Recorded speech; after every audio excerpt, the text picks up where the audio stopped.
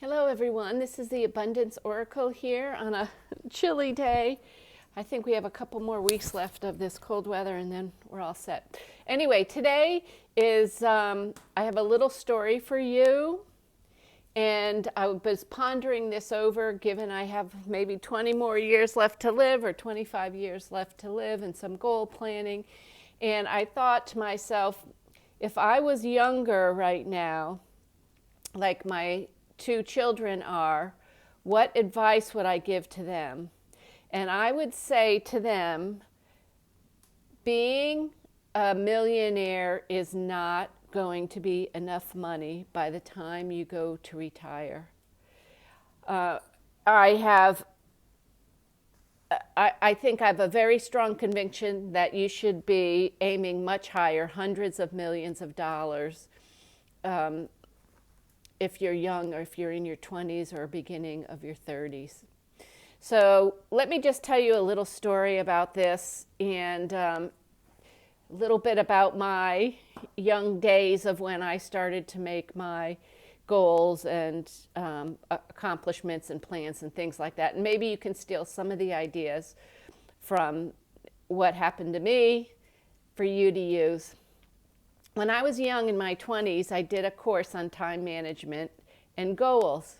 This was when becoming a millionaire was a big deal. There were hardly any millionaires when I was growing up. During the course, we were told to aim high for our goals. And then we worked our way backwards from, if I wanted a certain, my goal I wanted to reach when I was 40. So it was 20 years worth of, little less than 20 years I had to accomplish my goal. And I wanted a certain net worth by then. Okay. It found out there was a whole room full of people.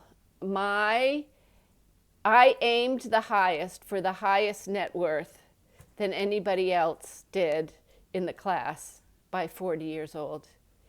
And I've got to tell you now, I should have aimed even higher. It's crazy how much with inflation, it changed everything. I remember the first man I ever fell in love with way back when we were in college. He became a billionaire at age 44. I think he was the youngest one, 40 or 42, something like that. And we both started out at the same place. But he had heftier, loftier goals than I did. So I would like to impress upon you, where there's a will, there's a way. Aim much higher than you think is reasonable. Get unreasonable and then work your way back from that. Anyway, so we made our goals and then we worked our way back to make our goals so that they would all be done. If I kept my word along the way, I'd reach my goal by age 40. Okay. It was a very effective way to plan. Instead of nowadays, a lot of people plan on getting better, better, better. But my plan was so big, I had to have a transformational shift along the way. There were quite a few places that it was like, oh my gosh, how am I ever going to do this? But if you're just trying to get a little more, a little better, you're never going to have those big, huge leaps. So I just want to advise you, find something that you really want to go for in life and write it down and then start to plan accordingly. Since it was such a large goal, I had to start thinking outside the normal way of doing things. My first task was to get a job that paid a lot so that I could save money. I also needed to use that money, the money I was making, to invest. I also decided I need someone to guide me along the way. So I worked on getting a mentor.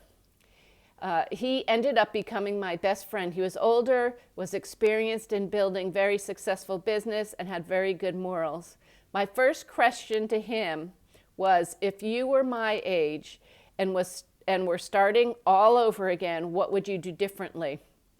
Over the next year, when we met, we would discuss his ideas and my ideas and what I was accomplishing each time we met.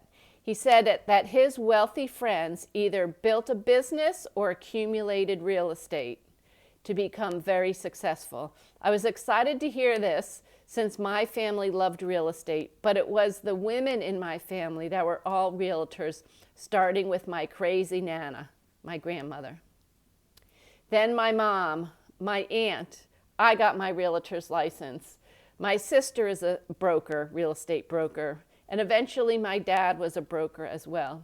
My mother used to find homes, so everybody had different styles of making money. So here you go. My mother used to find homes that needed some fixing up, and then she would make them be cute and would flip them and make a profit. I noticed, though, whenever she got the money, it got used up. It wasn't necessarily put into the next project. So that was a big lesson for me to learn. And also, a lot of times she would just paint or do little things. It didn't even necessarily take big fix-its and repairs. So I was shocked at how much just clean up the landscaping, paint inside, put some nice matching curtains up, clean and fresh, how much people change their mind on what the value was worth just for those things. Crazy Nana had bought a larger parcel of land with like maybe 6 building parcels in the big piece of land that she did, and she started building on one of those parcels a summer cottage, but she also added an income producing apartment that was attached to her house. So she made money by getting rentals in the house to help pay for things. My dad, as he retired from being an engineer, he earned money from selling homes as a realtor, but he also bought small lots when they were first divided up from big plots of land. So he would make a deal with whoever was dividing up the property that if he was the realtor, he would get a certain piece of property sort of as his payment. And that's how he did it. And he would eventually sell them off.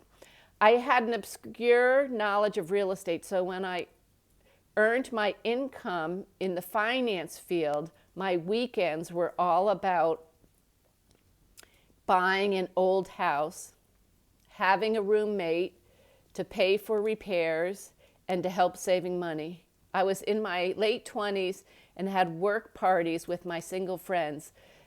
This is here, you hear how creative we had to be. And you can be this creative too. The men would love to come help because all my girlfriends were so spunky and cute. To make a long story short, I kept accumulating little homes and renting them out. I never sold, I only accumulated. When I got to 50 houses, it was just too difficult for me to have a regular finance job and take care of all these houses. I had 2 brokers that helped me, and I also had one girl who's a now longtime friend who did the bookkeeping, but it was just too much. I couldn't keep both businesses going at once with the skill set I had. So I sold off those 50 houses and I converted them into triple net commercial properties. Triple net means you don't have to do anything except collect the rent check and pay the mortgage. They do the taxes, insurance, repairs, everything. With inflation, it's all those values of those properties have driven the cost up of everything, of all those properties. And I suggest if you are young, you should start to aim for making hundreds of millions of dollars. And if I can do that collection process, if you can just get a job where you have free cash, you can start collecting real estate as well. There are tons of courses that you can take if you want to get 4-plex, 5-plex, however. But I would try, and unless you have a big chunk of money, I would try to get your first 4 FHA loans. and just keep building and building and building on those, the profit that you make on those from the rental and paying down the mortgage. And then for me now, okay, I'm getting old. So all my commercial properties all paid off, and none of that money came out of my pocket. And all my properties are worth more money, and they were paid off by the rents. So you can take and, with a little bit of ingenuity and savings and learning the real estate market around where you live, if that's a comfortable place where you can make the numbers work, you can do it on your weekends while you still have a regular job. So I invite you to think twice about trying to be a millionaire. A millionaire is not a big deal anymore. A billionaire is what a millionaire used to be. So don't feel bad about aiming to be a billionaire. You just need to figure out how to do it. All right, this is the Abundance Oracle. Any questions you want answered, or maybe you have ideas of what you want to hear more in this little story here, please leave your questions below and I'll try and answer them and get back to you. Okay, big hugs. Thanks for coming to listen to my stories, and I will hopefully see you again soon. Like and subscribe if you can help me out doing that. Thank you. Bye-bye.